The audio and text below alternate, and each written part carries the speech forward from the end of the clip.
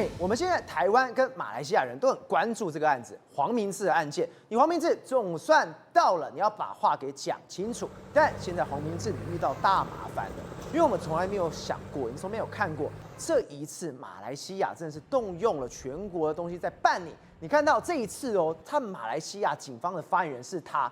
他是谁？他是吉隆坡的总警长拿督法迪尔，什么概念？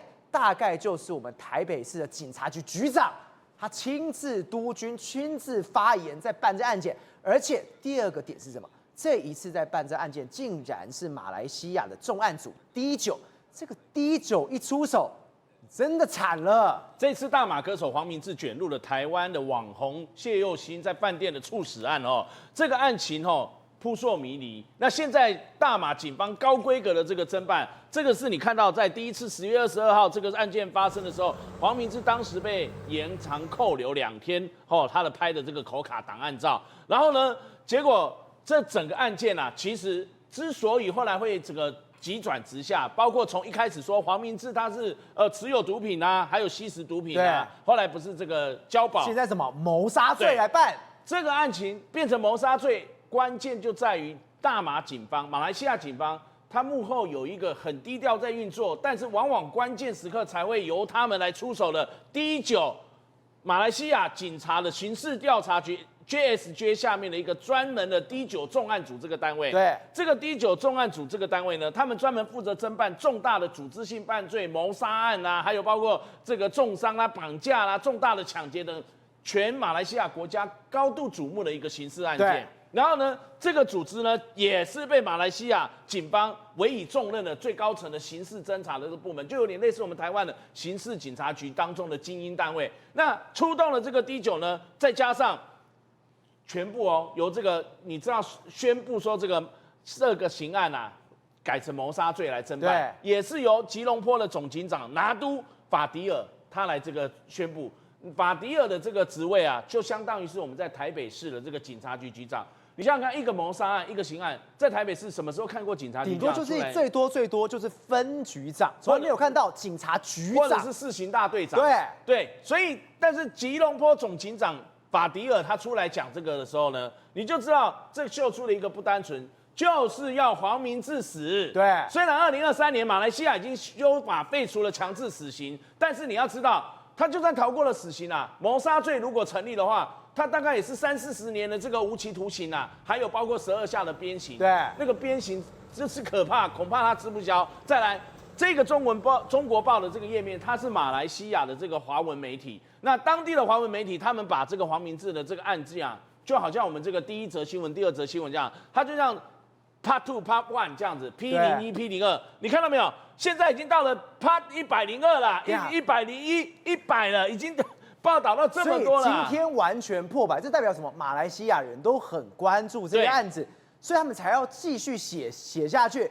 今天他真的完蛋了。所以当黄明志面对这样的一个警方大动作的侦办的时候，当然啦，他前2天不是消失了吗？对，11月2号。当这个我刚刚说拿督法迪尔他宣布了这个案件可能会朝向谋杀罪来侦办的时候，11月3号、4号他竟然消失了48个小时，这不是很诡异吗？后来11月5号，也就是今天凌晨1点10分的时候呢，你现在看到他这个自拍的这个画面，就是他在律师郑清峰的陪同下，还有这个另外其他的友人。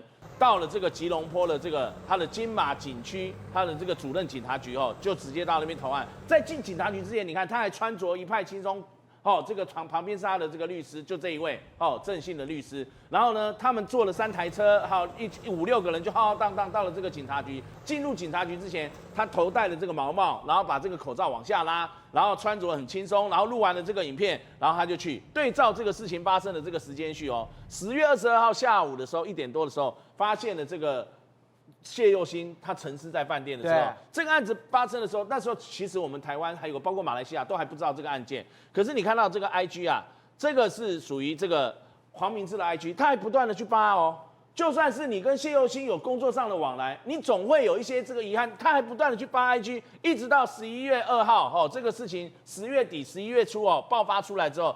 他才看到，他才开始11月2号，他在他的这个网络上，他那时候说什么？对于谢佑欣的猝死，我们深表遗憾。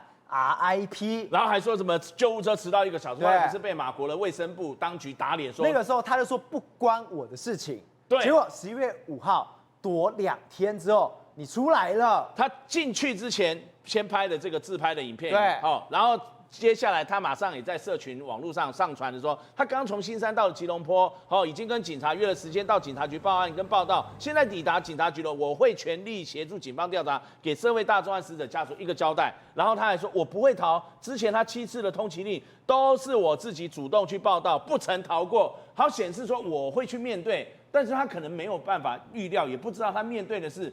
现在这个案子，他很多的这个嫌疑已经跑不掉了，包括他为什么从新山到这个吉隆坡呢？新山是在马来西亚最南端，跟这个新加坡只有一水之隔，是不是要从新山跑出去？然后发现没有办法了，所以又只好往北走，因为新山到吉隆坡。光是这样一趟车程就要4、5个小时，坐飞机一趟就要50分钟，是很远的，中间还会经过他的这个老家麻坡啊，他为什么没有回家去呢？而且他爸爸妈妈还打电话，还说呢，他爸爸妈妈接到他电话说他这2天都在这个吉隆坡，那怎么会自己又爆料说他从新山到吉隆坡，说法都不拢。而这次的这个发生的案件，恐怕就是要这个把黄明志打到死。董董，你已经参加过非常多的电影啊、电视，甚至还有一些活动。我们都以为演艺圈应该是光鲜亮丽，但没有想到，这水有这么深。你怎么看黄明志的这件事情？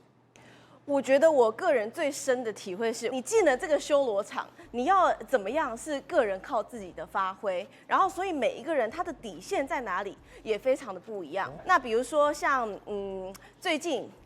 我才知道，就是这个新闻出来之后，我才知道说，哦，原来我跟这位事件的女主角，这个当事人，曾经有出现在同样的工作场合，是一个邮轮趴，对，然后他其实这个活动是完全没有任何问题，是非常健康的一个活动，是结合健身啊跟派对，然后他也有非常非常多的赞助商。然后呢，那时候就是我个人我是玩得非常的开心，然后没有任何我觉得不对劲的地方。可是它的确有很多比如说这种比较香艳性感的这些女优网红，然后也有很多知识型的，比如说有很多 YouTuber， 对，什么伯恩啊，什么就是非常多知识型，是完全就是跟新三色沾不上边的人，对，所以就是各路的这样子网红艺人 YouTuber 都在同一个船上，那。我觉得就是，所以在那个船上最后有发生什么样的一个事情吗？最好笑的是，我觉得在船上的时候都玩得很开心，完全没有任何我觉得不恰当的地方。对，是到后来呢，因为我有 po 很多动态嘛，那个跟贴文什么 reels 之类的，然后我的亲朋好友很多，就后来我下船之后就传很多那个就是连结给我，原来在脆上面呢，就是有很多人发文，然后他们发文呢，虽然我们是在同一个活动上面哦，他们跟我的内容是天差地远的，完全不一样的。我可能是比如说拍旅游，拍船上的美食，拍开箱，那他们可能就是拍好几个是那种就是高清无码、真枪实弹的影片。如果照你这样子讲来的话，你等于是看过非常多，因为你的活动刚刚讲参与非常多，你有看过有一些就是。怎么跟一般的想法、跟一般的行为不太一样？所以你是如果这一套经验去看黄明志的这一次事件，你会觉得有太多的疑点，你会觉得非常非常的怪。对，因为当然侦查不公开嘛，所以很多现在比如说女方她到底是不是自愿的，然后到底他们的 arrangement 是怎样？但是他们的安排是说。今天我们是白纸黑字签订合约说，这个机票啊、住宿都是我付钱，然后你拍过来，我们来谈这个广告的合作，还是说你自己个人旅游过来，然后我们跟导演牵个线，我们来稍微谈一下，然后这个地点在哪里也不确定，可能是饭店，可能是会所，可能是房间，不一定。这种东西它实在是太模糊了，就是我们也不知道说确切情况是怎么样。不过，作为一个比如说网红或者艺人，他当然是希望自己能够不要得罪要找你的甲方嘛，然后你当然是能够最大程度的配合，你就去配合。可是这往往会踏入很多陷阱。你有跟我们分享一个 story， 这 story 是说这一些饭局妹，可能有些时候去那边的时候，她可能觉得就应该吃饭吧。对。结果没有想到他带到下一拖的时候，可能去玩或者是什么。你还跟我分享，有一个韩国的经纪公司来台湾之后，发现你真的是你的朋友遇到这样的事情，他差一点就要醉倒在这个夜店里面了。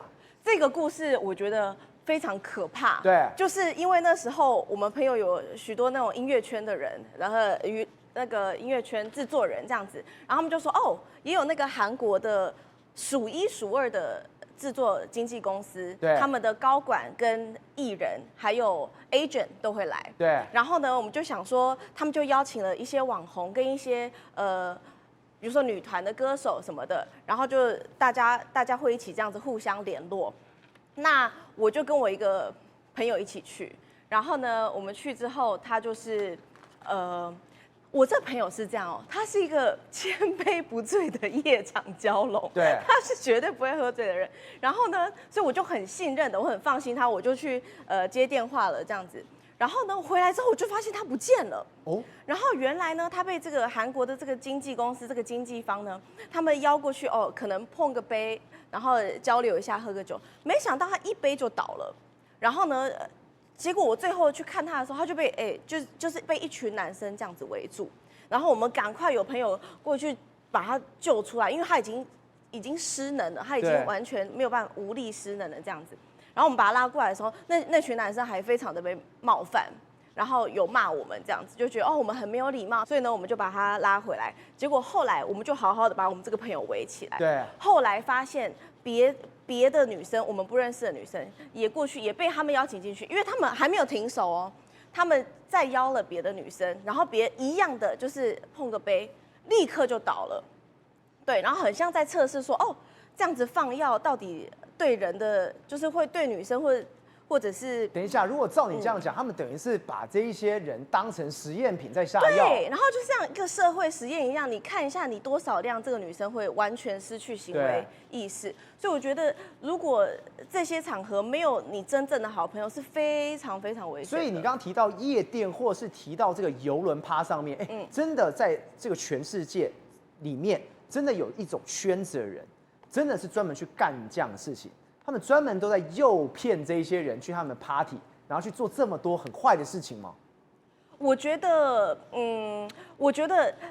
什么样的人都有。然后有时候，比如说像我刚才说的邮轮趴，或者是餐会，或者是我说的夜店的局，很多时候主办方他都是不知情的。可是你没有办法掌控你邀来的人他是怀着什么样的心思。